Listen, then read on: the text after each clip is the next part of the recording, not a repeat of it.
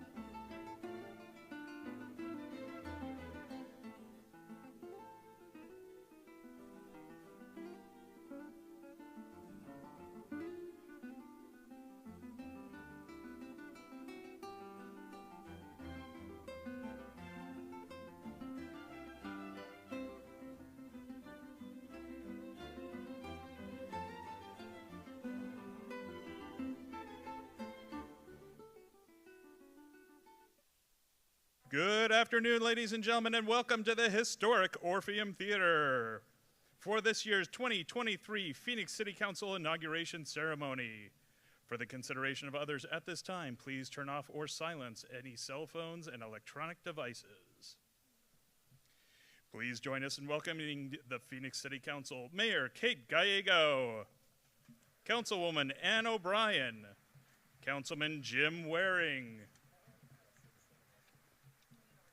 Councilman Deborah Stark, Councilman Laura Pastor, Councilwoman Betty Gallardo, Councilman Kevin Robinson, Vice Mayor Yasemin Ansari, and Councilwoman Keisha Hodge Washington.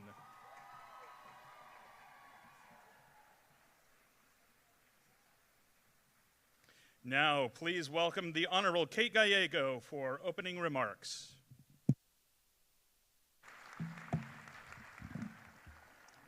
Good afternoon, everyone. Happy Inauguration Day. It is great to be back in the Orpheum, a slice of Phoenix history. Thank you for being here today on such a historic and great day for the city. Without further ado, we will begin today's program. Please stand for the invocation by Phoenix Police Chaplain Robert Fesmeyer, followed by the Pledge of Allegiance. You're welcome to join me in prayer. Heavenly Father, Almighty God, the giver of all authority in heaven and on earth, we ask your presence and your blessing on this special occasion.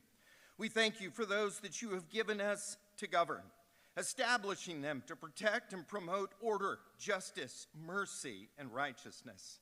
Today, as the oath of office is sworn, an oath proclaimed across this nation by those granted the honor, uniting us under a higher purpose in true faith, defense of all you have given to us, faithfulness in execution of duty, and responsibility to the Constitution of the United States.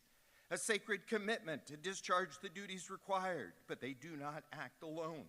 For we call upon you, so help us God. Please grant each the wisdom necessary to govern with integrity, to discern justly, and the confidence and courage to act in the best interests of all those who live and work in this great city. May we follow your guidance to be slow to speak and quick to listen, committed to understanding and ready to demonstrate that highest of callings, to put the needs of others before our own. Protect and bless the Waring family, the Pasteur family, the Robinson family, and the Hodge-Washington family, your chosen leaders, and bless all who live and work in this city as together we enjoy the fruits of their labor. We pray this in your holy and powerful name. Amen. Please remain standing for the posting of colors by the Phoenix Police and Fire Honor Guard, followed by the Pledge of Allegiance.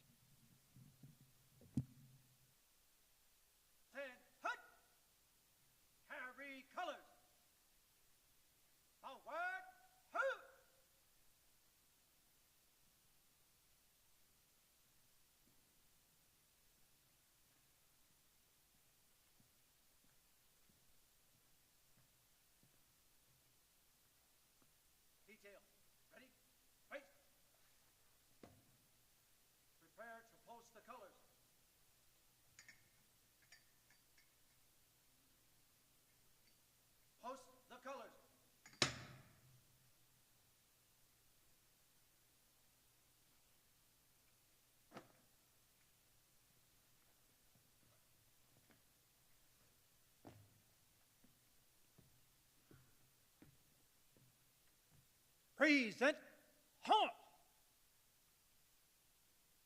I pledge allegiance to the flag of the United States of America and to the republic for which it stands, one nation, under God, indivisible, with liberty and justice for all. Order, halt! Ready, face. Forward, halt! Please remain standing for the national anthem and the Black National Anthem, sung by international vocalist and CEO of the Phoenix Arts Center, Sandra Bassett.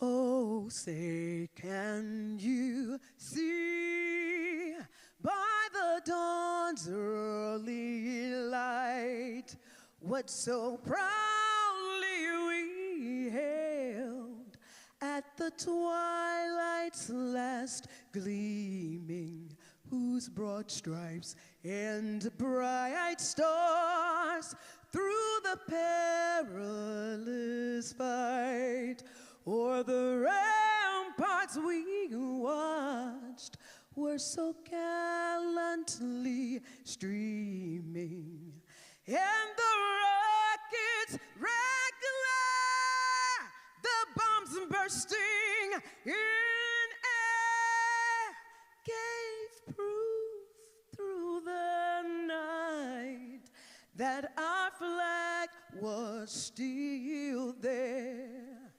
Oh, say, does that star-spangled banner yet wave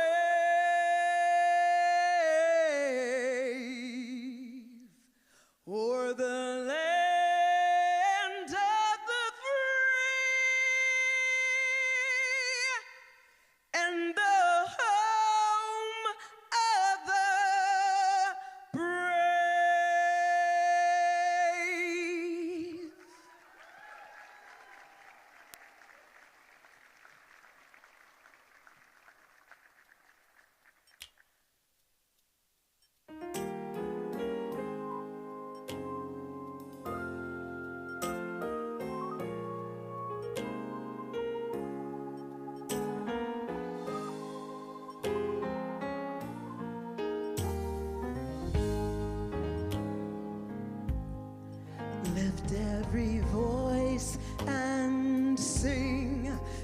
all earth and heaven ring, ring with the harmonies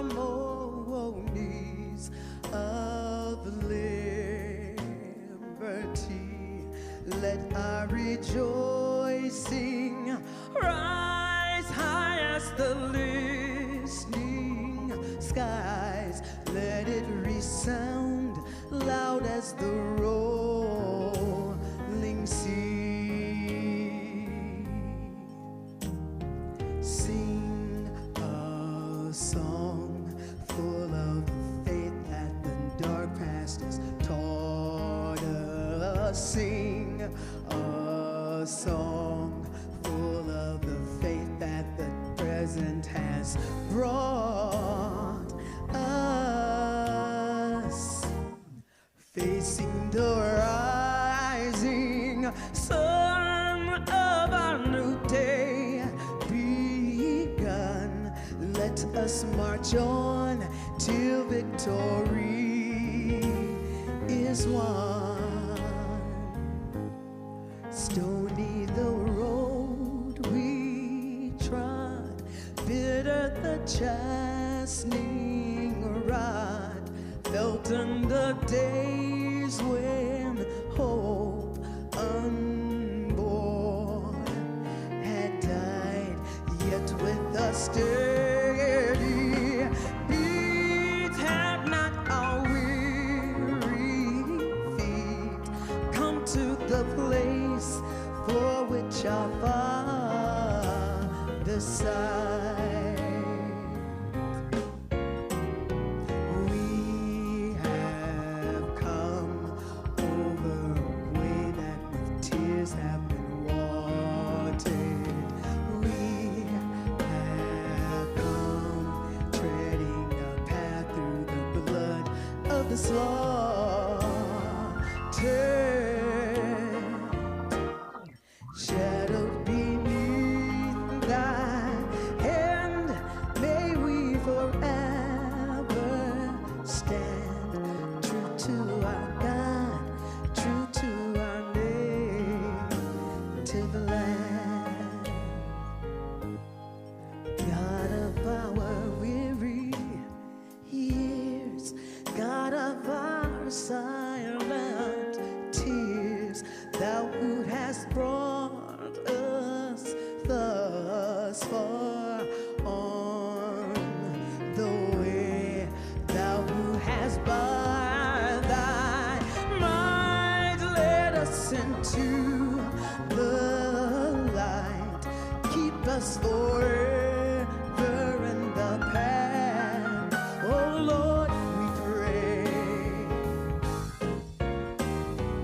lest our feet stray from the places, our God, where we met thee, lest our hearts, drunk with the wine of the world, we forget thee. Shadowed beneath thy hand, may we forever stand true to our God, true to our native land.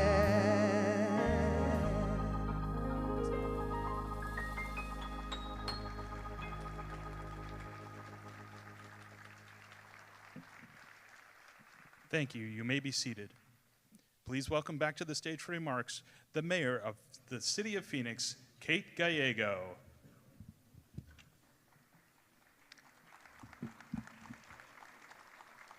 Thank you to Sandra, to Chaplain Fesmeyer, and to the Honor Guard. It is wonderful to be with you here today as we welcome 2 new council members and swear in 2 familiar faces. The city of Phoenix and its residents are in good hands. On stage today are individuals of different professional and personal backgrounds, joining in what is perhaps the most diverse city council in Phoenix history. This is an incredible milestone we should all be proud of. But more than that, the council members up here share a strong need to do what we need more of, to do good. Also, those who are swearing in today all share the fact that they all have degrees from Arizona State University.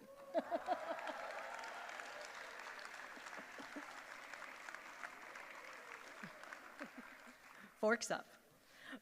Most importantly, they are all ready to hit the ground running, to work hard, to find real pragmatic solutions, and to deliver for Phoenicians. There are a lot of challenges we're facing right now in the city, which means the potential for impact is enormous. I'm looking forward to working with all of you, new and returning members, to make real differences that our residents can feel. It is also meaningful to be here in the Orpheum Theater, one of our important historic buildings in the city. As we hold this event, which is a very forward-looking event, we remember our past and those who have come before us. This is a slice of Phoenix history and a landmark of our city. On the City Council, there is perhaps no better person with a strong sense of history, place, and purpose than Councilwoman Laura Pastor. Councilwoman Pastor is a fifth-generation Arizonan and has deep roots in this community.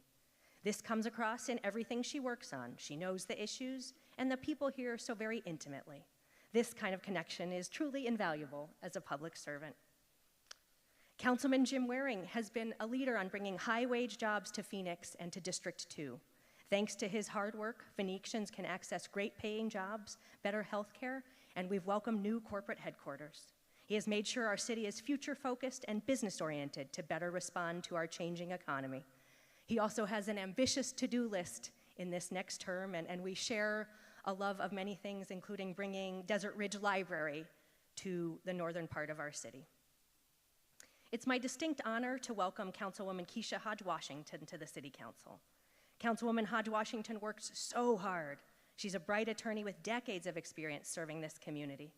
I'm very excited to have a seasoned lawyer on the council. Her skills and knack for problem solving will go a long way to solving some of our most pressing challenges. I'm also so impressed by the network she brings with her, including members of her sorority, Delta Sigma Theta Sorority Incorporated, powerhouses at the city.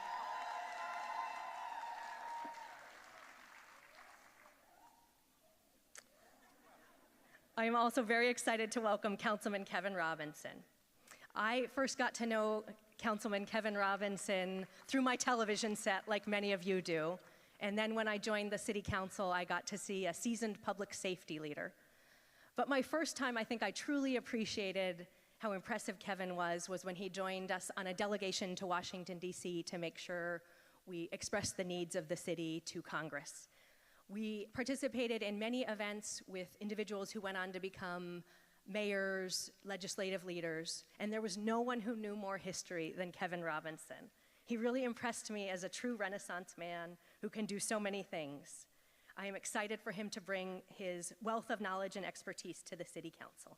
A decorated police officer and nonprofit leader, as well as a professor at Arizona State University, Councilman Robinson has all the tools to make our city a better place for everyone.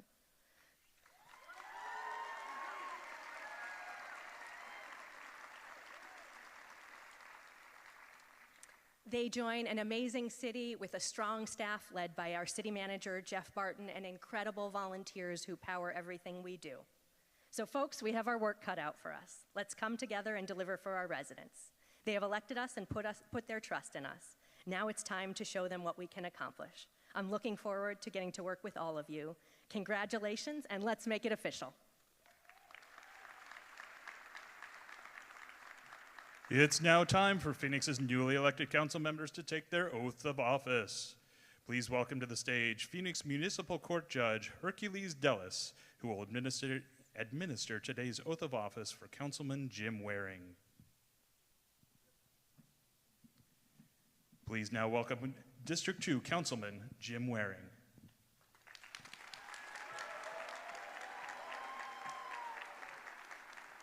Please raise your right hand and repeat after me. I, Jim Waring, I, Jim Waring, do solemnly swear that I will support the Constitution of the United States of America do solemnly swear to support the United States Constitution and the Constitution and laws of the state of Arizona, and the Constitution and laws of the state of Arizona, and that I will bear true faith and allegiance to the same and I will bear true faith and allegiance to the same, and defend them against all enemies, and defend them against all enemies, foreign and domestic, foreign and domestic, and that I will faithfully and impartially discharge the duties of the office of City Council Member of the City of Phoenix and I will faithfully and impartially discharge the duties of the office of City Council according to the best of my ability, according to the best of my ability. so help me God. So help me God.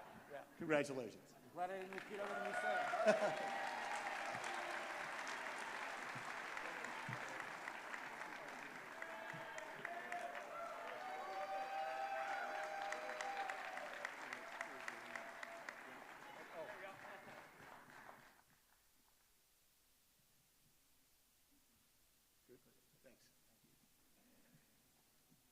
Please welcome to the stage retired Municipal Court Chief Presiding Judge Roxanne K. Song-Ong, who will administer today's oath of office for Councilwoman Laura Pastor. Now, please welcome District 4 Councilwoman Laura Pastor, along with the Pastor and Cotto family.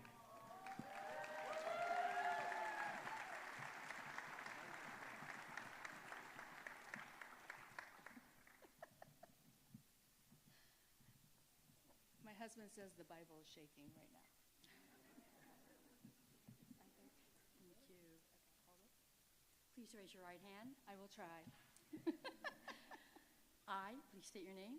I, Laura Pastor, Do solemnly swear that I will support the Constitution of the United States that I will support the Constitution of the United States and the Constitution and laws and the Constitution and laws of the state of Arizona, of the state of Arizona. and that I will bear true faith I will bear true faith and allegiance to the same, and allegiance to the same, and defend them against all enemies, and defend them against all enemies, foreign and domestic, foreign and domestic. and that I will faithfully and impartially I will faithfully and impartially discharge the duties of the office discharge the duties of the office, City Council Member, City Council Member, according to the best of my ability. according to the best of my ability. So help me God. So help me God. Congratulations. Thank you. Oh, we're gonna take a picture. Oh, I don't know how. Which way? This way?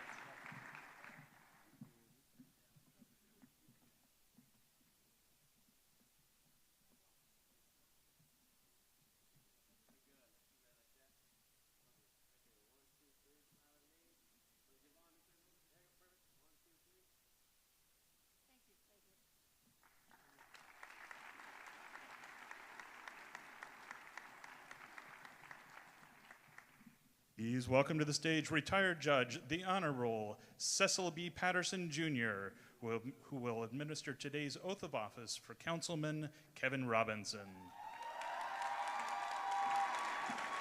Now, please welcome District 6 Councilman Kevin Robinson and his family.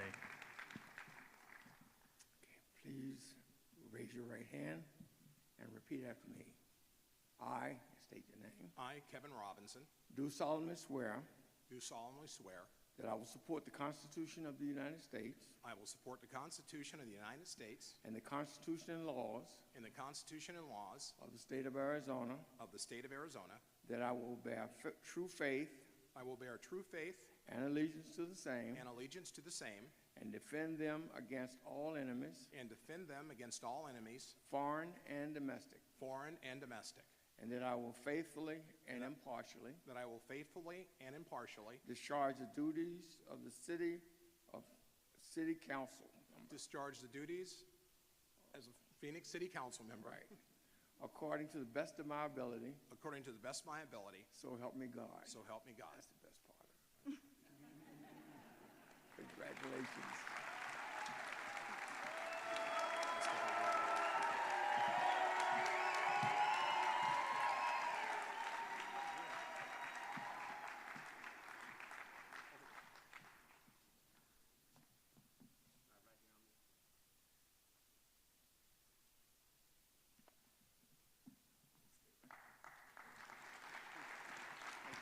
Retired Judge, the Honorable Cecil B. Patterson, Jr. will also administer today's oath of office for Councilwoman Keisha Hodge Washington.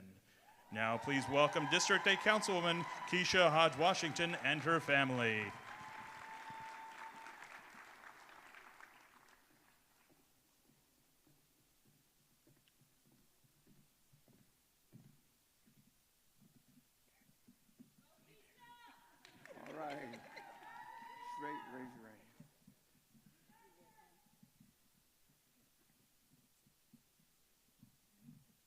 raise your right hand and repeat after me. I, and state your name, I, Keisha Anesta Hodge Washington, do solemnly swear do solemnly swear that I will support the Constitution of the United States that I will support the Constitution of the United States and the Constitution and laws and the Constitution and laws of the state of Arizona, of the state of Arizona, that I will bear true faith and bear true faith and allegiance to the same, and allegiance to the same, and defend them against all enemies, and defend them against all enemies, foreign foreign and domestic, and and domestic, that I will faithfully and impartially and I will faithfully and impartially discharge the duties of the office discharge the duties of the office of City Council Member of City Council Member according to the best of my ability. according to the best of my So ability. help me God. So help me God. Outstanding.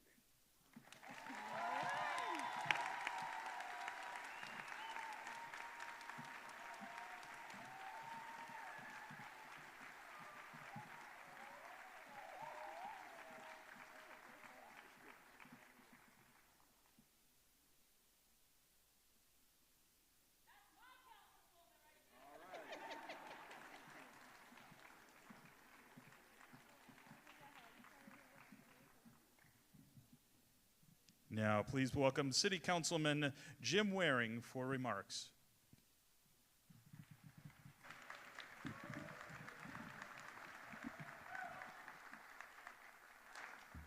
Well, thanks so much to everyone who took the time to come out on a busy Monday afternoon. I know there are a lot of other things you could be doing, and I'm honored that you would spend some time with myself and my colleagues. We do have a couple of elected officials here that I invited. Superintendent of Public Instruction Tom Horn is here, as is Supervisor Bill Gates. I'm very honored by their presence and appreciate their support. I want to thank Judge Hurt Dellis for swearing me in. We talked a little bit about ASU, but it's always good to have another Northern Illinois University alum here, so thank you for that, Hurt. I'd also like my grandfather's Bible back at some point, so if you could arrange that, Judge, I'd appreciate it.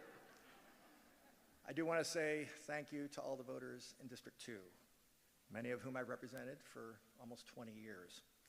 Your confidence means the world to me, and I really can't even express it, but to say any more than that. This is my last one of these, so I'd like to take a minute to say a few thank yous, reflect a little bit, and talk about the future. First, to my family, Kitty, James, and Patrick. You are my everything. I can guarantee you I would not be standing here if it weren't for you. Growing up in Illinois in the 1980s, recycling wasn't what it is today, and you had to pack up all your stuff and take it to downtown Westmont every other Saturday morning if you wanted to recycle. And one Saturday, my dad asked me to do it for him, and I, in typical teenage fashion, kind of balked. I was too busy. And he made a good point. He said, you know, Mom and I aren't recycling for us, we're recycling for you. And so I realized that he was right, and it's a lesson I never forgot. And the work that we do here isn't to benefit me or my generation. I've had my fun. But it's to benefit you guys. And to Patrick, who loves basketball, and to James, who loves computers and coding. You may never turn out to be Michael Jordan or Steve Jobs, but to me you already are. I love you more than I can say. I lost my dad this past term, and he was the last of my parents and grandparents, and I owe them everything. For those of you who think I'm awful, you may well be right. Some family members may also agree, but any fault I exhibit, any bad choice I've ever made, that's all on me.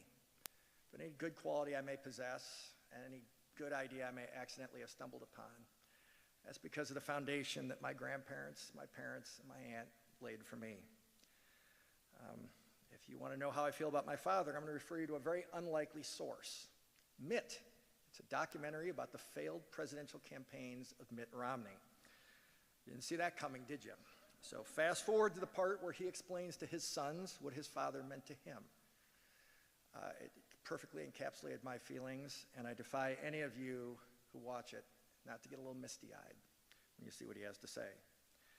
For the colleagues I've worked with for many years, Brian Schmidt, Ashley Bunch, and Christine Peterson, you guys have been fantastic, even if I didn't always express it.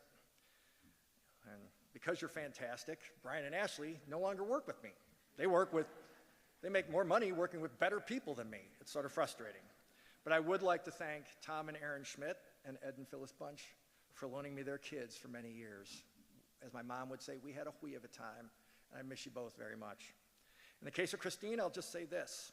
I get pretty tired of knocking on doors, introducing myself as Jim Waring, and being met with a very blank look. Then explaining, I'm your city councilman, hopefully. Still nothing. And then a small glimmer. Then, wait, do you work with Christine? And if you're asking, is that just a funny story? No, that's really happened. It's actually a little irritating. I would like to thank my immediate predecessors, Brian Jeffries and Peggy Neely. They have been invaluable resources and sounding boards over the years and laid the foundations for the successes we've had in District 2. And no, Brian, I didn't just throw you in because I ran into you at Subway yesterday afternoon. The next thank yous I would never have predicted, but here they are. Thank you to reporters Jessica Boehm, Jen Fifield, Taylor Seeley, and Christina Estes, who have covered the council these past years. As you can already tell, I talk too much, but they've been very patient in listening to me and interpreting my ravings with fairness and grace and being fair in their coverage of me, and I really appreciate it. That's not to say the coverage is always positive or that I always agree with every take they've ever put on paper, but they were always willing to listen, and I appreciate it. As an aside, to Jen, I didn't know it was your house last year when I knocked on your door. If that was awkward, I apologize. To Jessica, we'll see how much smack you talk this football season now that the Packers are going to stink. I'm sorry, are entering rebuilding mode. To my colleagues, we don't always agree, but we do okay considering the times we live in. By the nature of her job, poor Mayor Kate has to spend more time with me than she would ever do if left to her own devices. But she's very patient. There's that word again. She keeps her eye rolling to a minimum. I bet she's doing it right now, actually. And she does a wonderful job of pretending to take my ideas seriously. Somehow we get along, and we've had some great successes working on economic development, as she mentioned in her remarks. But I'd be lying if I said I actually enjoy working with her. And that's almost more surprising than me saying nice things about reporters. As with the mayor, Deb Stark and I may approach things from a different perspective, but we work well together, and I'm proud to call her a friend. To Yasmin, Laura, and Betty, I wish all of you good luck in your rumored or announced future plans. Not picking sides, just saying. But I want you to please remember that I'm the kind of jerk who says, I told you so. That last was for Bill, Ed, and Doug, who have been waiting for the 80s movie reference that is obligatory in anything I say. To my two new colleagues, Keisha and Kevin, congratulations and welcome. I predict half an hour into your first executive session, you'll be wondering why you ever wanted this job in the first place. And it won't be just because of me, for any of you smart Alecks are thinking that. If I'd known you were both from ASU, I might have suggested maybe you could coach a team. We might beat USC in something, but that's a whole different issue. Sorry. Hey, I'm a 3-time alum. I get as frustrated as anybody. In looking to the future, I believe the city is in a wonderful period of expansion that makes it the envy of other big cities around the country. If you travel anywhere, and I just did, travel back to Illinois, and bring up the year from Phoenix, I found that people are immediately jealous. However, we also have our challenges, and we need to overcome them. Homelessness is chief among them. Our successes will not continue unless we address this issue immediately. The status quo cannot continue. Voters won't stand for it, and our successes will disappear in short order. Ann O'Brien recently published an excellent op-ed on this subject that points out that just because you're having a hard time, that doesn't mean you get to live as you choose, breaking whatever laws you'd like, and in full view of your fellow citizens. Taylor Seeley wrote an excellent article on this subject and a story about the District 8 race. The summary of the views of one resident when she talks about how homelessness has affected her family is beautifully written and heartbreaking at the same time. It is a must-read for anyone who lives in Phoenix, in my opinion. If we don't act, we are failing our residents. If you think I'm exaggerating, you can walk just a few blocks west on Jefferson. I am in no way minimizing the plight of those you'll see on that walk, but at the same time, the behavior you'll see will in no way have been tolerated under any circumstances in any setting, even a few short years ago. The money we're spending right now is not making things demonstrably better, and we're reaching a point of no return. We need to do better, and now. Part of this problem Part of this problem is our police shortage. We have to treat our officers better. And it's not just an issue of pay, although the pay raise we voted for last August was badly needed. We need to let our officers know that they are appreciated. If you've ever been on a ride-along at night,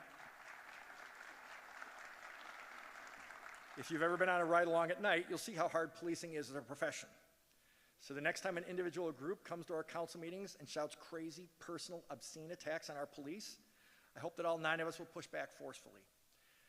That is not the community, as is often claimed at these meetings. It is individuals who speak for themselves, not an entire city. I believe the entirety of the city supports our police, wants public safety, and wants to build a better life for their families, and don't feel they can do it if we experience a rising crime rate.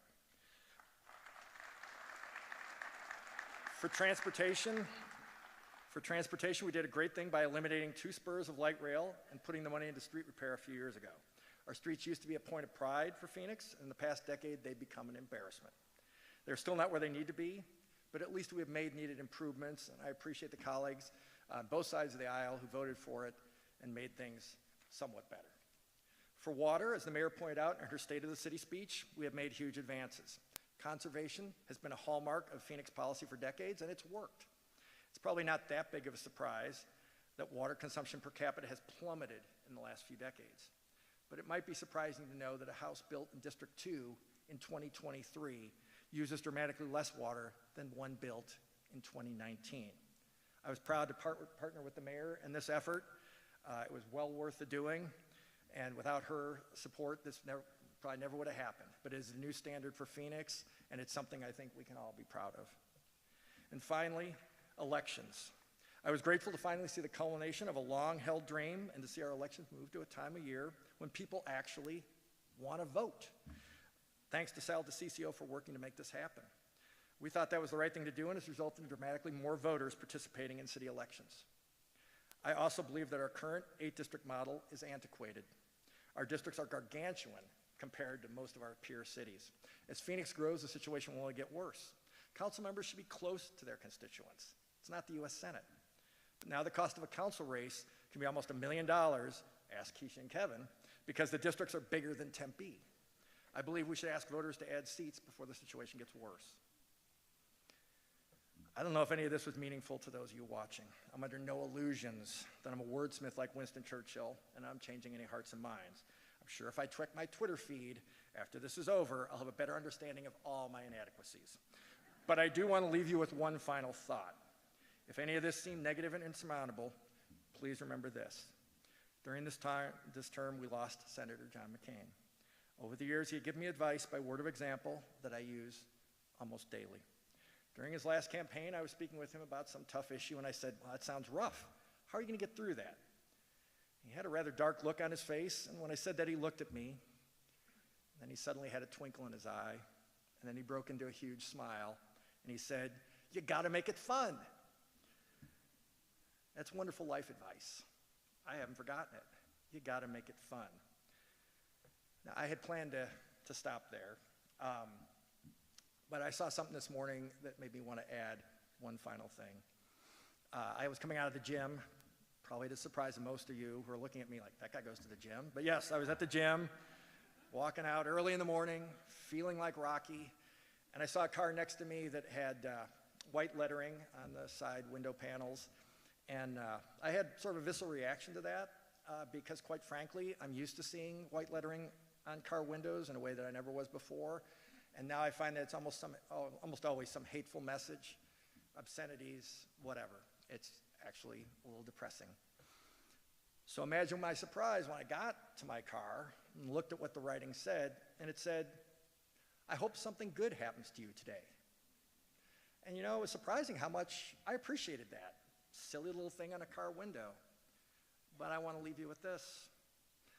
I hope something good happens to you guys today, all of you.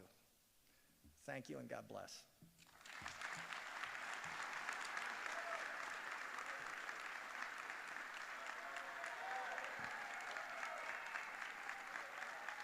Thank you, Councilman Waring.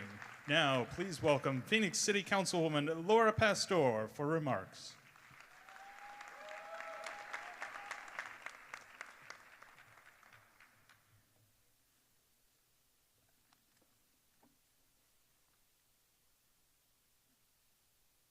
Before I begin, I want to first do a land acknowledgement that we are sitting on indigenous land, and I want to thank them for allowing us to be part of this precious land.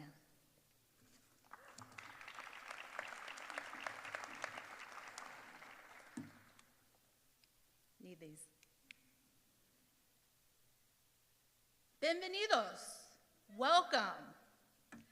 Gracias, Distrito 4, and thank you, Phoenix.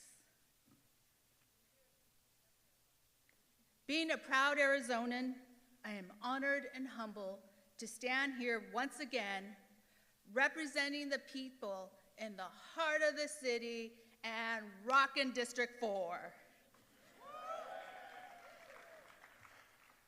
Today is a new day. I renew my vow to once again put people over politics, a value that was instilled by my copper mining roots, a value furthered by my parents, and a value reflected throughout Arizona. As we embrace for the future, we may also reflect on the past. To those who advocated for more inclusive community, to those who opened doors, to those who advocated or who shattered the glass ceiling, thank you.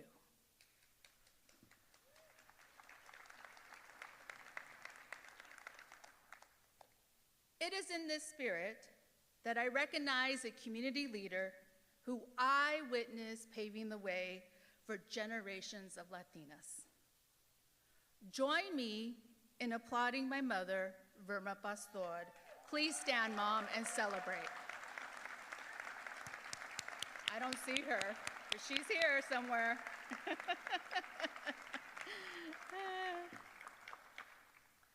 I share this celebration not only with our community, but also with my family.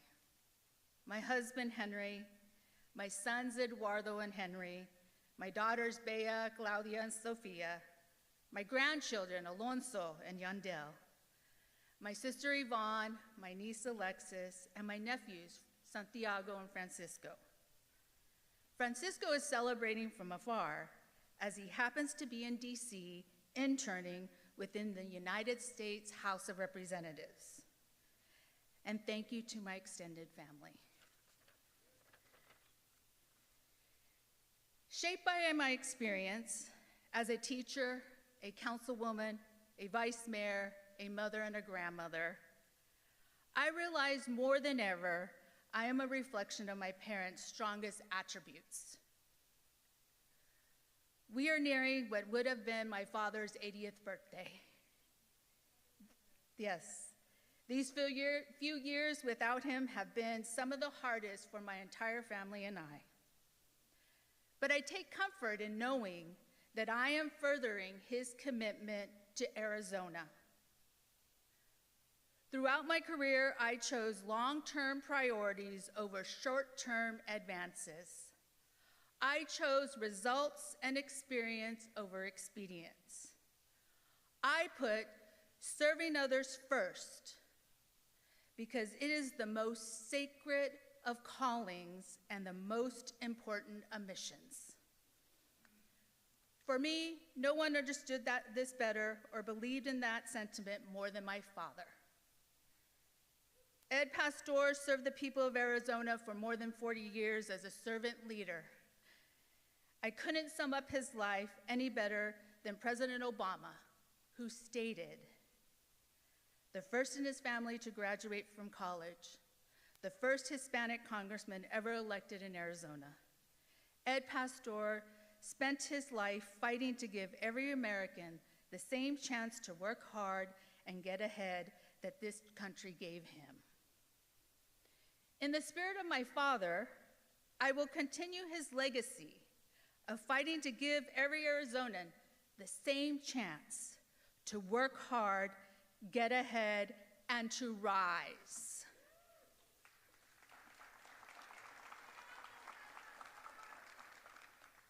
I cannot complete this work alone.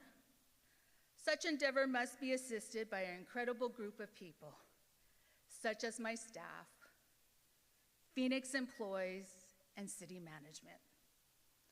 To my team, thank you for everything you have done. Just know I appreciate you. And to my colleagues, I look forward to working with you. But just know I can count to 5, but I always aim for 9, and you know what I'm talking about. Mayor Gallego, I would like to thank you for recognizing my leadership and giving me the opportunity to lead. Thank you. May today remind us of our greatest influence of all, our children. The decisions that we make today will impact the world of tomorrow in which our children will inherit. It is the children I have interacted with throughout my career that influence me the most. As a teacher, as an outreach director, as a school board member, and as a public servant. In 2014, I assumed the role council member for the very first time, committing myself to see the further success of Phoenix. In that term, I continued to learn about our city's needs by serving on 4 out of 5 committees and chairing 1. I was quickly recruited to co-chair Fast Track Cities with Councilmember Valenzuela and now Councilmember Stark, focusing on ending AIDS by 2030. A big task, right? But together, as a collective, we can do this. It was exciting and fun to work with the community in creating the International District, which was inspired by diverse representations of nationalities and ethnicities, and the variety of beautiful and unique languages being spoken there. The World Bazaar creates this environment. It was during this term my relationship began to take hold with my neighborhood constituents, as we created connectivity from downtown to uptown and providing walkability and bike lanes. And we listened to the needs of the community by activating and creating vibrancy on the canal from east to west of the district. We also worked with Maryvale small businesses to provide workshops in supporting and encouraging their expansion. And Park Central came to life. I continued my commitment to District 4 in 2019, alongside my colleagues, Councilmember Carlos Garcia and Betty Guardado. Who knew just a year later our community would undergo a dramatic change as a result of a global pandemic, heightened racial tensions, political instability, and damaging climate change. However, such emergencies highlighted our community's needs, and we were able to initiate much-needed change in order to see our city transform and persevere. Due to climate change, our city's water supply faces critical needs. We proposed a water conservation task force that I co-chaired with Councilmember Thelda Williams. The recommendations are being implemented today to further protect our water supply. As a community leader and a community outreach director, as a city council person, and as a Phoenix School Board member, I witnessed the traumatic impacts the pandemic was having on our essential workers, students, and the economy. We started a COVID-19 testing day for all frontline responders who were placing themselves at risk to keep the city moving. Additionally, we created several mobile COVID testing centers dedicated to the underserved communities.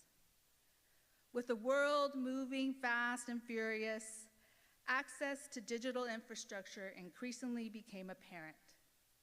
In collaboration with Maricopa Community College, Phoenix Union High School Districts, 14 elementary schools, City of Phoenix, Greater Phoenix Economic Council, and the telecom communities, we are establishing internet connections in historically marginalized areas and filling in the gaps within the digital divide. Through this effort, we are teaching digital literacy, and creating a new digital workforce. Thank you. It's a lot of work. We partnered with various economic chambers and the 4 urban community colleges to host a virtual summit to discuss employer and student needs for specific high-demand areas. With that information, the mayor established the Workforce Task Force along with Councilmember O'Brien. The program is called Route to Relief, providing student scholarships to high-demand areas. In 2021, with a new seatmate, Councilmember Yasmin Ansari, we created the Office of Accountability and Transparency, the City of Phoenix Public Health Office, and Diversity of Equity and Inclusion. Most recently, we voted on source income, prevailing wage, and advocating on behalf of the mobile home tenants.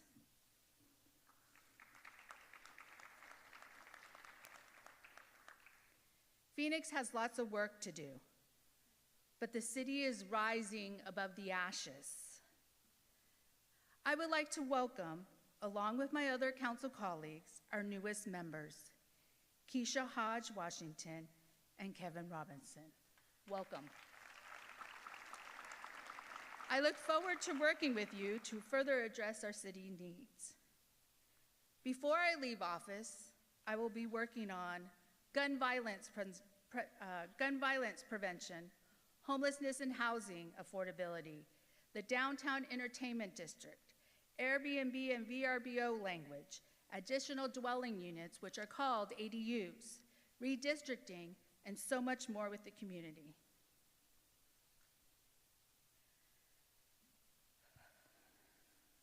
Finally, one of my proudest accomplishments on council. Phoenix firefighter Brian Beck. A courageous man, like many other men and women in his situation. Our office received a call from his family that they had exhausted all options, and we were told we would help them. My initial reaction was, wow, I don't think I can do this. No pressure. Then I learned about Brian Beck's last wish was to keep his family safe. I then said yes. You see, Brian Beck was diagnosed with a rare cancer linked to the hazards of his firefighting responsibilities. He had tried several times to prove his cancer was work-related, but continued to be denied workers' comp. My office worked with top medical officials, or professionals, to prove that indeed his case was work-related. We then worked with the Phoenix Fire Union, Local 493, city leadership, and the state capitol to create a path forward where claims like this would no longer be denied. And our office didn't stop there. Phoenix created and implemented the most progressive and aggressive cancer screening initiative for first responders in the United States. Successfully saving lives. This initiative is now being implemented in other municipalities locally, throughout state, nationally, and internationally communities. What's more, first responders and their families now have a safe place for their overall wellness needs. For the first responders and to their families, thank you for your service and dedication in keeping us safe. But most importantly, a special thank you to Brian Beck's family for inspiring this work. They're here, and I can't see, but I want to recognize them.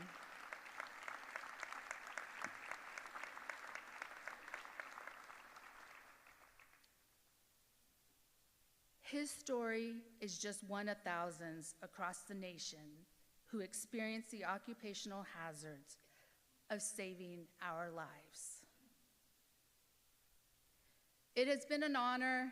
Thank you. God bless. Adelante, and let's continue to change Phoenix together. Thank you.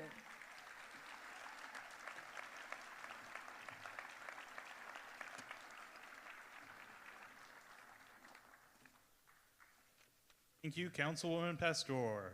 Now, for a brief introduction of Councilman Kevin Robinson, please welcome some of his special guests. Representing Ahwatukee area, welcome Sherry Johnson, first Vice Chair of Legislative District 12, Democrats.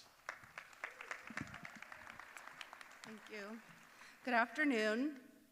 Unlike others that you'll hear from today, I haven't known Kevin very long. In fact, I first had the opportunity to meet Kevin a little over a year ago in March of 2022. As a progressive Democrat, you could say I was skeptical, but as a leader in Legislative District 12, I knew it was important to be informed about all of the candidates in District 6. At our first introduction, I immediately began asking him questions about policing, the law enforcement budget, and affordable housing. It wasn't exactly the most traditional icebreaker, but those were the issues that were important to me.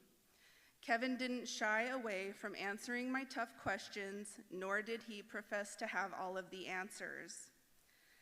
After that initial meeting, Kevin continued to reach out to learn what issues were most important, not to me, but to residents in Ahwatukee. And I can assure you, it's not pickleball courts. More importantly, he showed up, and he spent time in Ahwatukee talking to residents, attending community events, answering questions, and sharing his ideas. He showed up to every LD12 Democrats meeting this year and heard firsthand from our residents, business owners, engaged voters, and activists. And he committed to being a councilman that would listen to the community and make decisions in the best interest of not only District 6, but the entire city of Phoenix. Time will tell, and either way, he knows he will continue to hear from me. But with that, I offer my congratulations to new District 6 Councilman, Kevin Robinson. Now representing Arcadia and Arcadia Light area of District 6, please welcome retired Phoenix Fire Chief Bob Kahn and former Phoenix City Councilwoman Maria Beyer.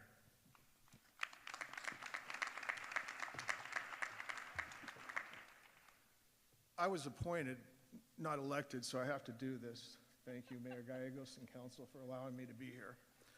I was a fire chief here, but first I was a firefighter, and I need to send my respects to the Beck family. I've worked with a lot of Becks over the years, and you can't really see anybody from out here, but God love you for being here.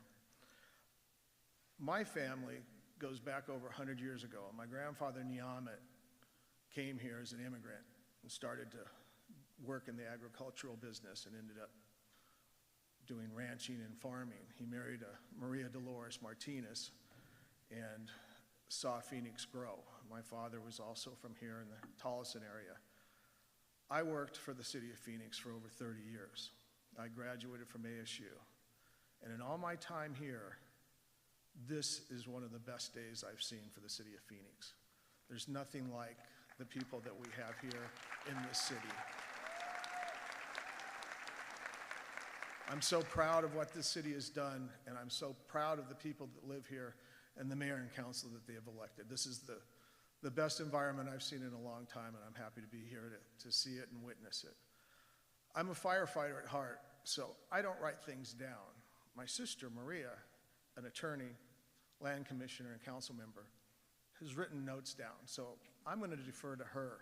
But I just want to tell you what an honor it is to be here. Before that, I want to tell you, Kevin Robinson and I go back to 30 years, to the 90s. He was a lieutenant, and I was a captain on Engine 2. And I remember Kevin on the streets in this neighborhood, and it was a little different then, kind of scary sometimes. And Kevin would be there, And one of the things at 3 o'clock in the morning, and if you're on an engine company, for a police officer to release you from the scene was a big deal. So when Kevin would show up in good conscience, he would release us if we weren't needed. He's a man of character, and I've known him for 30 years, and I couldn't be happier to see him elected as an official here in the city of Phoenix. Now, welcome my sister, Maria Beyer.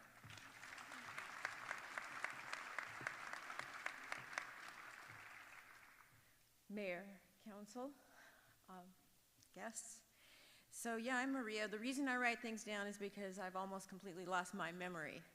Bob, on the other hand, has a memory like an elephant. If he's ever met you once, you can tell him what your shoe size is. 30 years later, he knows. So, you know, that's why I write things down. I have to. But I am, as Bob was, I am honored to speak a bit about Kevin. I mean, you all know him. Virtually everybody knows him. He has one of the most recognizable faces in Arizona, and that's because he's been in the public eye for so long.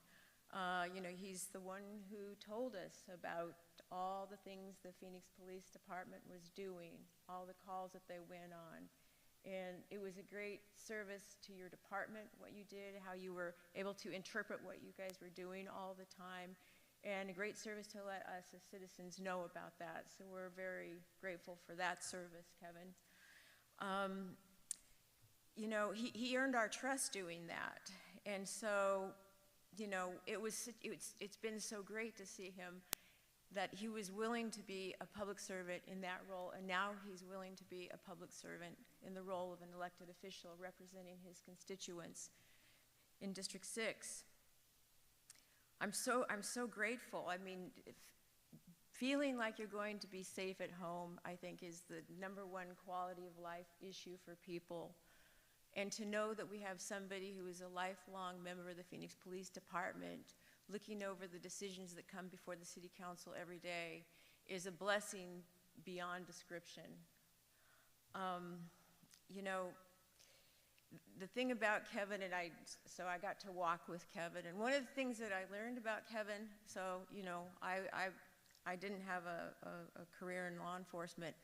So, you know, I'd see like the little signs, you know, like no soliciting or, you know, whatever it was, and I'd be like, come on, we can still knock. We're not really soliciting, we're just asking for a vote. Those are two different things.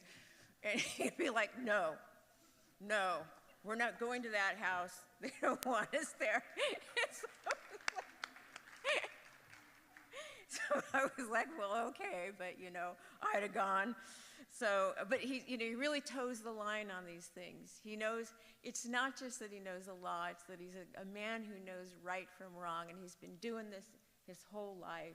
I mean, what a strong character you had, and you know, having you participate in the future of this city means everything, Kevin. And you are sitting among a group of amazing public servants. I mean, I look at everybody that you're with on the council now, and to a person. I mean, we, like Bobby said, we are lucky. We're in good shape. Our future's in good shape, in good hands.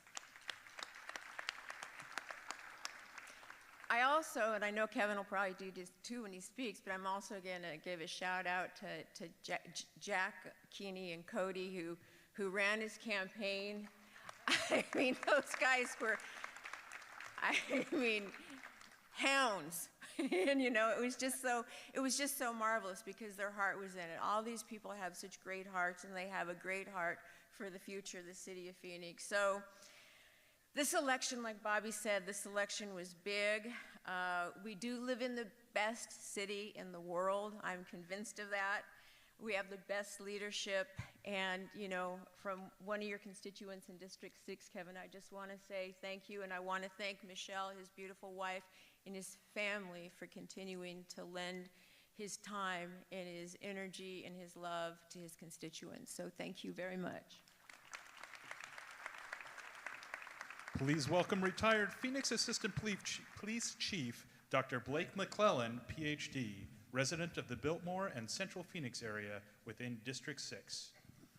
Well, thank you for allowing me to say a few words. First, I'd like to congratulate the other elected officials. Watching Kevin for the last year has really shown me what it takes to run a successful campaign, and boy, it was a lot of work. So I feel uniquely qualified to talk about Kevin. We came up through the ranks together at the Phoenix PD and became friends way back in the 80s. In fact, he was the best man at my wedding some 26 years ago. We both got through our careers at the city and retired about the same time, and now we both work over at ASU in the School of Criminology and Criminal Justice. When I first met Kevin, we were young police officers, and right away I knew he was the real deal. He had already been decorated twice for heroism, and in one situation, he pulled somebody out of a burning building. Another one, he responded and saved some people in what we'd call an active shooter. So I knew that if I just kind of watched him and modeled him and took his advice, then he would help me through my career. And I was right. So we both retired, and we're both now at ASU. So I think Kevin has the personality, all the right stuff to be successful in his new job.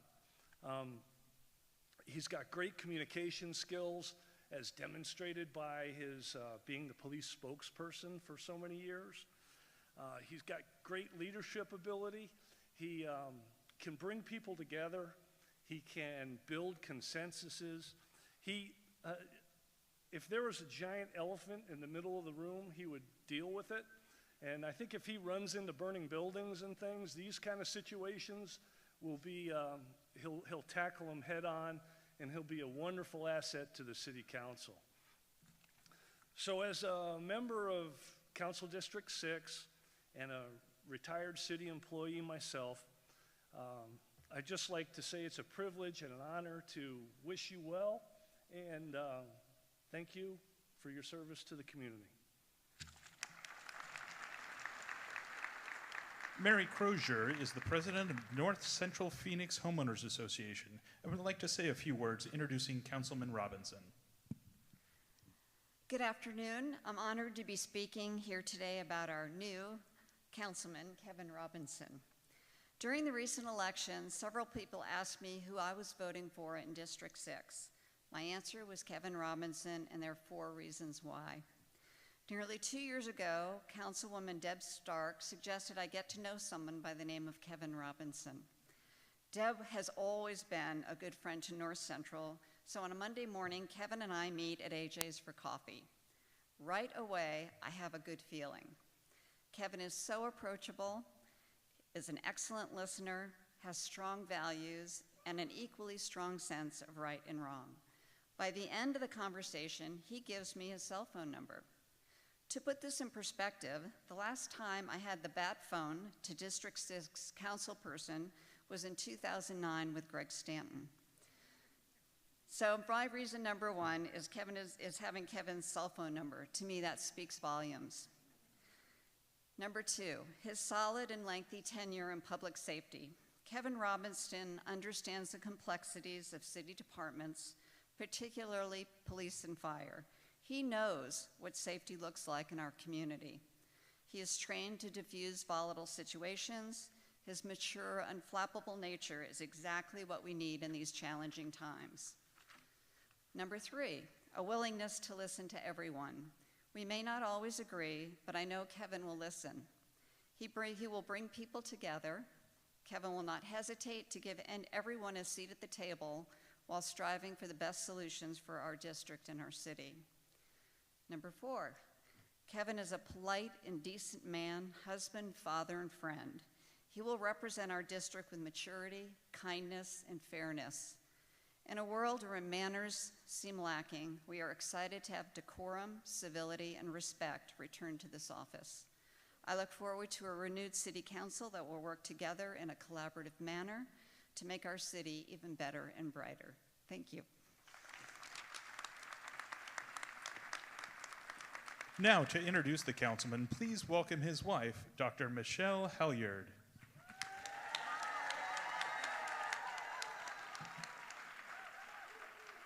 Good afternoon, everyone. It's such an honor and a pleasure to be here to introduce my husband, Kevin Robinson, the new City Councilman for District 6.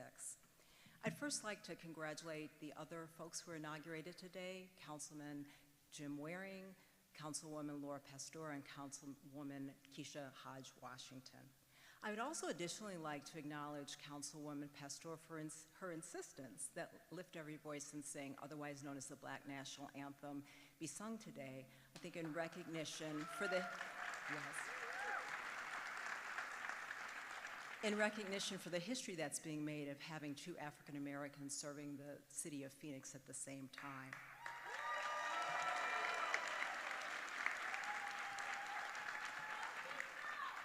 When my husband asked me to introduce him today, I was truly honored.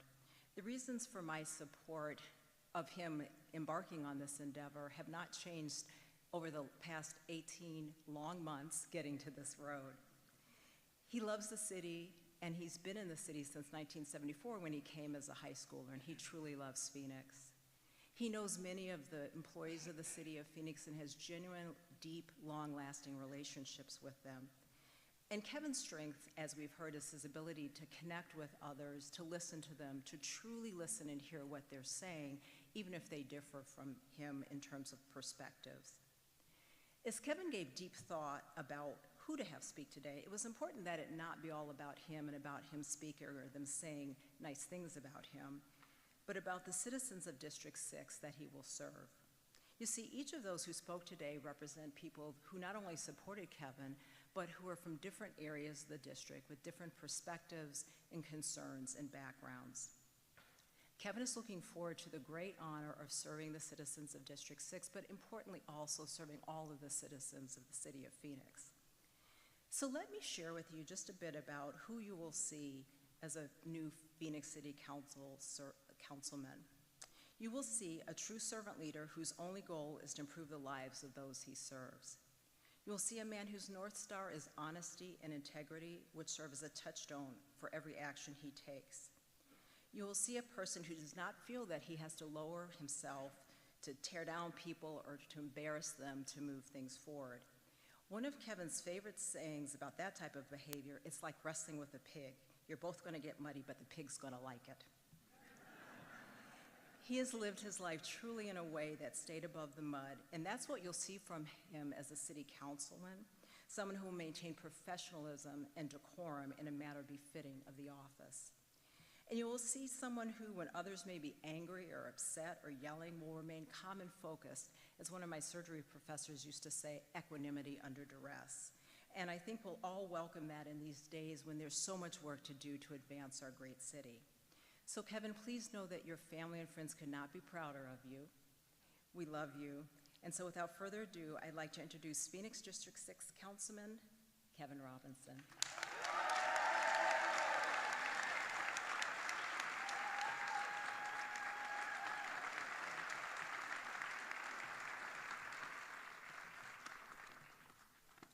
Thank you very much. You know, I'm going to go off script right away, which is so unlike me. But I want to say to Jim Waring, it is a good day. It is a very good day, and I'm glad you were able to see that. Good afternoon, everybody. You know, the purpose behind me having several folks introduce me, as Michelle said, was to give a voice to each one of the neighborhoods within District 6. But it also allowed me to really speak at a much shorter amount of time, which I know you're going to appreciate. Jack and Cody were mentioned earlier. They were with me throughout the campaign, and they have the big hook, so I'm just going to be a few minutes. I want to start by thanking Sherry and Bob and Maria, Mary, Blake, and Michelle. Thank you so very much. Having each of you here today playing a part in my introduction means the world to me. You have all made a very special day more memorable, so thank you. And before I get into my truly formal remarks, I want to take this opportunity to thank and recognize my family. You know, you've all met Michelle. She's the star of the family. I carry her bags, there's no doubt about that. But also with us are the kids. James is here, Christina, Jordan, and it doesn't stop there. We are lucky enough to increase the size of our family over the course of this campaign. Christina and Chris were married last February, a year ago February. And then James and Bahar were married in September. Yeah, in the middle of a campaign, we had 2 weddings. Additional blessings to all of that were their families. I know Bahar's mom, Moshkan, is here. Chris's mother, Mary, is here. And, you know, it's just wonderful to have them and their extended family. My older brother, Curtis, and his wife, Denise, are here, but they're going to be leaving right away. They just had grandchild number 2 born, and I'm irritated because she wasn't named after me, but that's a whole other issue. There are a host of friends here as well, and I thank all of you for your unwavering support. Deirdre, I know we talk ASU a whole lot. I know it makes your skin crawl, but that's okay. You're amongst friends. Michelle mentioned in her remarks that what you will get from me in my service in District 6 is a servant leader, someone whose goal it is to improve the lives of others. That is, in fact, what I hope to accomplish. Improving the lives of others may seem like a Herculean task, but it really isn't. I believe I can be successful in this goal by remaining true to the oath of office that I just took. You see, this is the 6th oath of office that I have taken in my lifetime. The first was on Friday, December 19th, 1980, when I became a Phoenix police officer. Remembering correctly, it was Judge Ellie Finn who administered the oath of office at that time. Then the second time was on Friday, June 19th, 1998, when I graduated from the FBI National Academy. U.S. Attorney General Janet Reno administered that oath. The third one was on Friday, September 18th, 2009, when I completed a 12-month-long leadership program with the Department of Justice, the National Executive Institute. Judge Robert Mueller, the director of the FBI, administered that oath. The fourth oath I took was when Arizona State Supreme Court Chief Justice Robert Brutenall appointed me to the Arizona Judicial Council.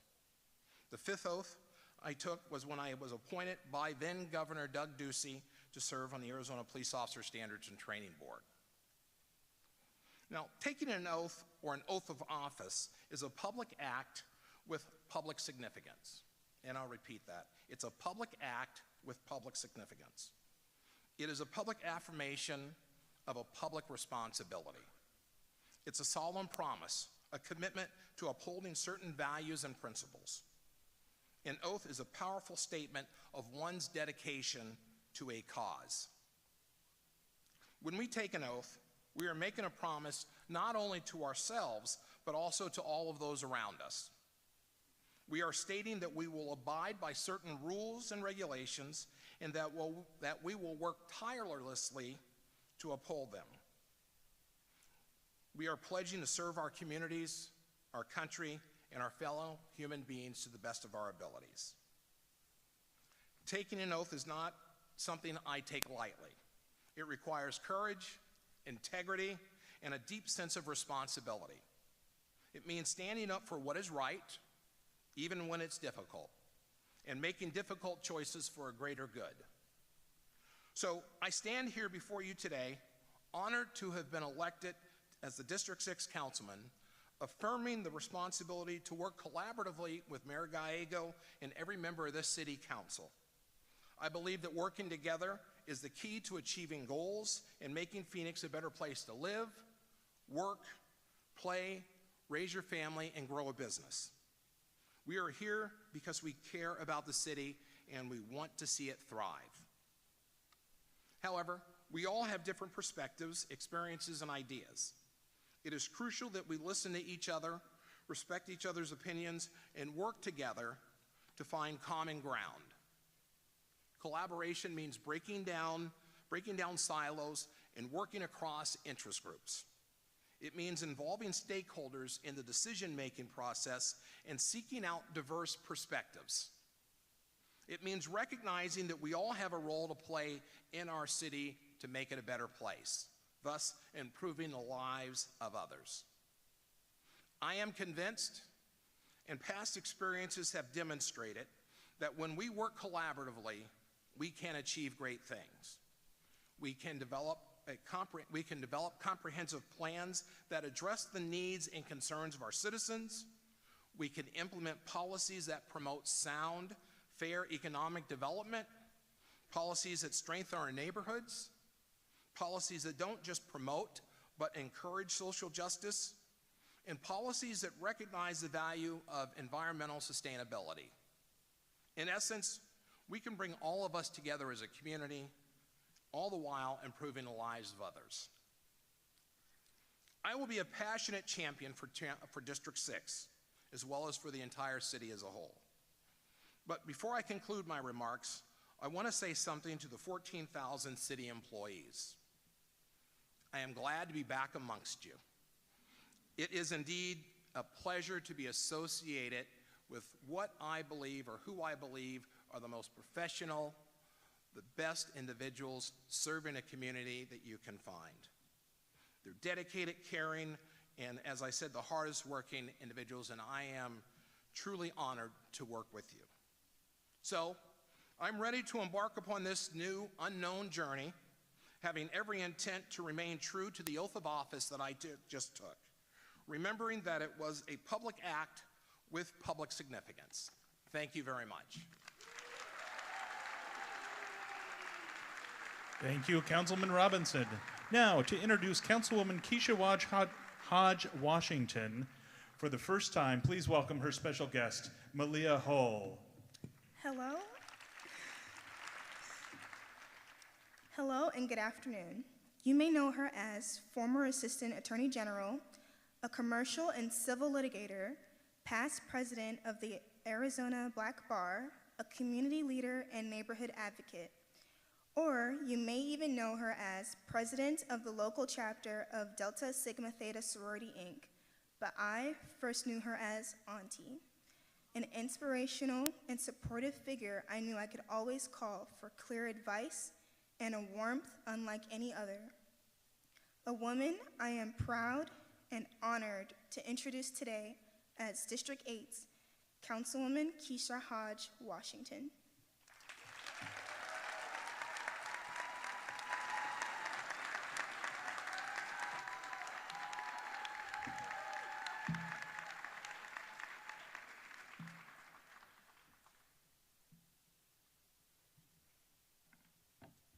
Mayor, fellow council members, family, friends, supporters, residents, and guests, today I stand before you as your newest councilwoman for District 8. I am incredibly humbled by the trust and confidence that the voters of District 8 have bestowed upon me, and I pledge to work tirelessly to uphold the values and interests of our district. I moved to Arizona from the U.S. Virgin Islands 24 years ago to attend Arizona State University College of Law. My personal statement that was included as part of my law school application was entitled, "Who Am I? What Do I Believe? And Where Am I Going?" Given that that was a decision that serves as a catalyst to bring me to the Valley, I think it is only fitting to continue that into today's remark on what you expect from me as your councilwoman. So who am I? I am committed to serving as an advocate for all residents of District 8. I will use my talents and legal skill set to challenge the status quo and reimagine new solutions. I will do my best to ensure our neighborhoods are safe places where each resident can live, work, and play. I am mindful of the historical nature of my service. As the first African-American woman to serve on Phoenix City Council in its 109 years of existence, I am humbled and honored to be entrusted with this responsibility.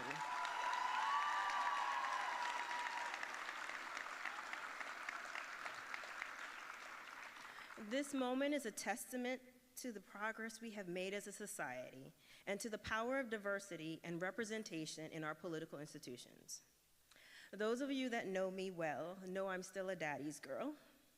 Daddy, I know you were watching with pride, and I love you. Same way my grandfather was my love, I took my oath on his Bible because he has never missed a moment in my life. But I wouldn't be the woman that I am here standing before you without the women in my life, especially the women that came before me. First, my Mommy, you taught me the value of faithfulness, hard work, and dedication. You instilled in me a strong work ethic and taught me the importance of service to others. My grandmothers, Eulalie and Daisy, who taught me to be unapologetically me and showed me the power of owning my voice.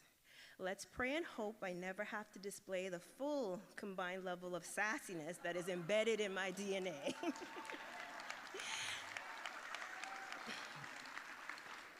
And my great-grandmother, Anesta, for whom I was named, I owe her my legacy of love and caring for others, even if it meant denying herself. She lived and showed her family and me what it means to work to ensure that each generation that follows is better than the one that preceded it. And it is with that legacy I plan to lead this city. My sister, niece, aunts, cousins, sorority sisters, I want to thank you for reminding me of the value and the role of community and how the individual components come together for the greater good. So what do I believe? I still believe in making a difference in this world. My core belief is best expressed in the lyrics of a song that I kept on loop during the campaign. Don't worry, I won't sing it for you. But the lyrics were bless me, not just for me, but so everyone around me can have everything they need. Let all these folks that are with me have everything they need. It was a reminder, and it continues to be a reminder, that this journey was not about me, but about the others that needed more. It was about those that did not have a voice or a seat at the table. They were my why. My slogan, integrity that fights for us, was intentional. Know that I will always be guided by the desire to do what is right and in the best interest of our neighborhoods and our city.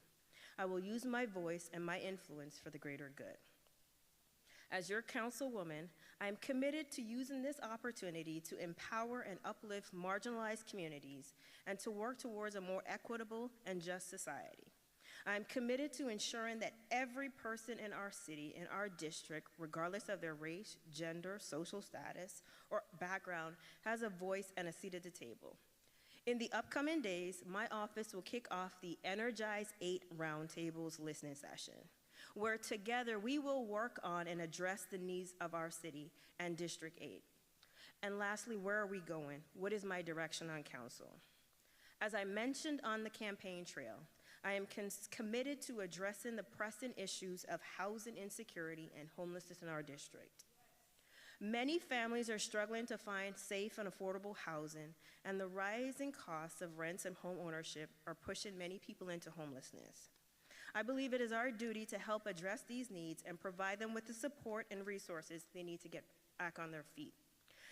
Most people wait until they're in office. I committed to this office from the day I stepped into the role. Last week, I visited our neighbors at the Human Services campus. There we have over 900 residents inside, over 1,000 more outside, unsheltered at last count, and at least 4,700 individuals waiting on housing, and many more that have not yet been counted or are tinkering on homelessness. Last week, I also met with stakeholders in the housing arena, because when I decided to run, I wanted to be a part of the solution. I realize an issue of this magnitude cannot be addressed solely by the city, but will require a coalition of partners, and I am ready and willing to lead that coalition. I will also work with community organizations and local businesses to provide support and resources to those who are experiencing homelessness, so they can rebuild their lives and contribute to our community. Together, we will move forward a plan to help all Phoenicians get into safe, secure, reliable, and sustainable housing. I look forward to working with the fellow members of my city council to make that reality. You will learn that I am firm, but I am fair. I am rational, but I am rebellious at times. So I look forward to us working together and thinking outside of the box. A word that permeated throughout my campaign was hope. Hope is what inspires us to work towards a better future, to believe that we can make a difference, and to never give up on our dreams. It is hope that gives us the strength to face our challenges head on and to persevere in the face of adversity. Hope is defined as a feeling of expectation and desire for a certain thing to happen, A popular anagram for hope is helping other people excel. I would like to offer another option. HOPE stands for Having Opportunities Promotes Empowerment.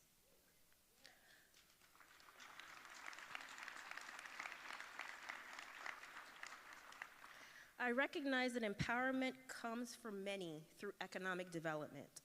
The growth of small businesses and our workers are essential to the welfare of our community. Entrepreneurs and small businesses are the backbone of our local economy, providing jobs and contributing to the vibrancy of our district.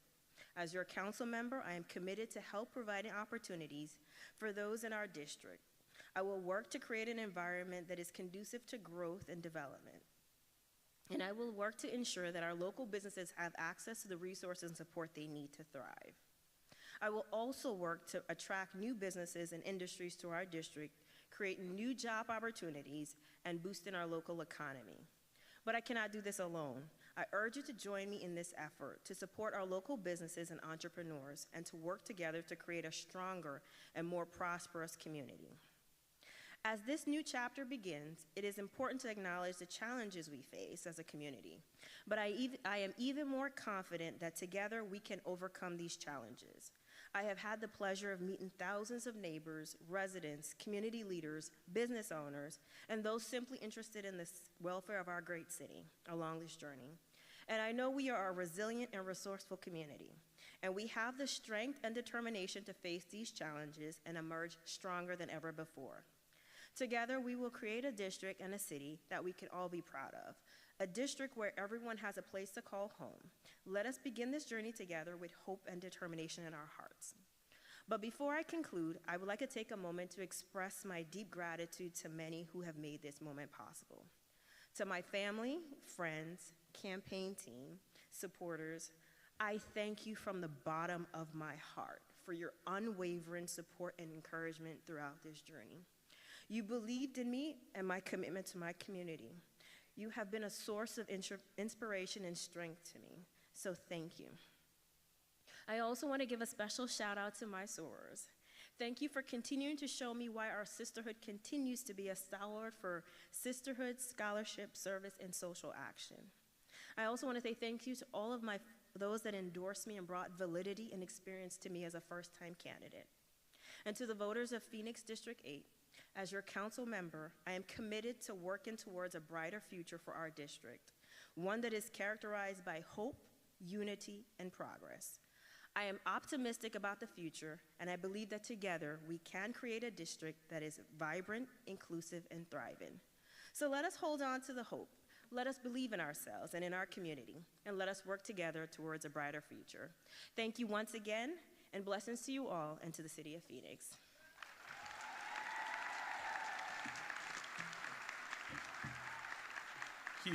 Thank you, and congratulations to all our elected council members. To end our program, please welcome Mayor Kate Gallego. Thank you so much for joining us today for this important and wonderful inauguration. We appreciate your support as these elected officials go forward to govern our city. For those of you who will be joining us in the City Hall atrium, the office is open on the east side, and we just want to thank you in advance for all the support you will provide to these individuals as they govern our city. Thank you again for joining us.